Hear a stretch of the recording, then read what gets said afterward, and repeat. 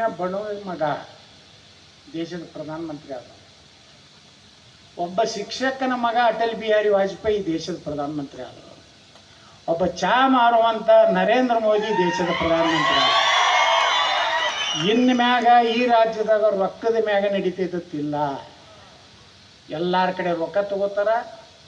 ಸಿದ್ದು ಅಣ್ಣ ಸೌದಿ ನಮ್ಮ ತಗೋಲಿಕ್ಕಂದ್ರೆ ನಮ್ಮದೇ ಹೊಸದು ಬೆಳಗಾವ ಜೆಂಡ ಪಾರ್ಟಿ ಆಗ್ತದೆ. ನನ್ನ ನೇತೃತ್ವದಾಗ ಹೊಸ ಸರ್ಕಾರ ರಚನೆ ಆಗ್ತದೆ.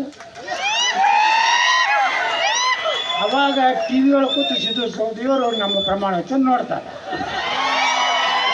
ಪ್ರಮಾಣ ವಚನ ದಿವಸ 11 JCBಗಳ ಪೂಜೆ ಆಗ್ತದೆ. ದೇಶದ ವಿರುದ್ಧ ಮಾತಾಡಿದ್ರೆ ಯೋಗಿ ಹಂಗ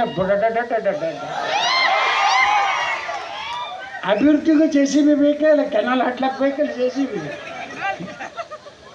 ಅಲ್ಲಿಂದ ಇವ್ರೇನು ದರೋಡಿಕೋರು ಪಾಪ ಇವತ್ತು ಪೊಲೀಸ್ ನೇಮಕಾತಿಗೆ 8 ಮಂದಿ ನಾವು ಮೆಸೇಜ್ ಮಾಡ್ತಾರೆ.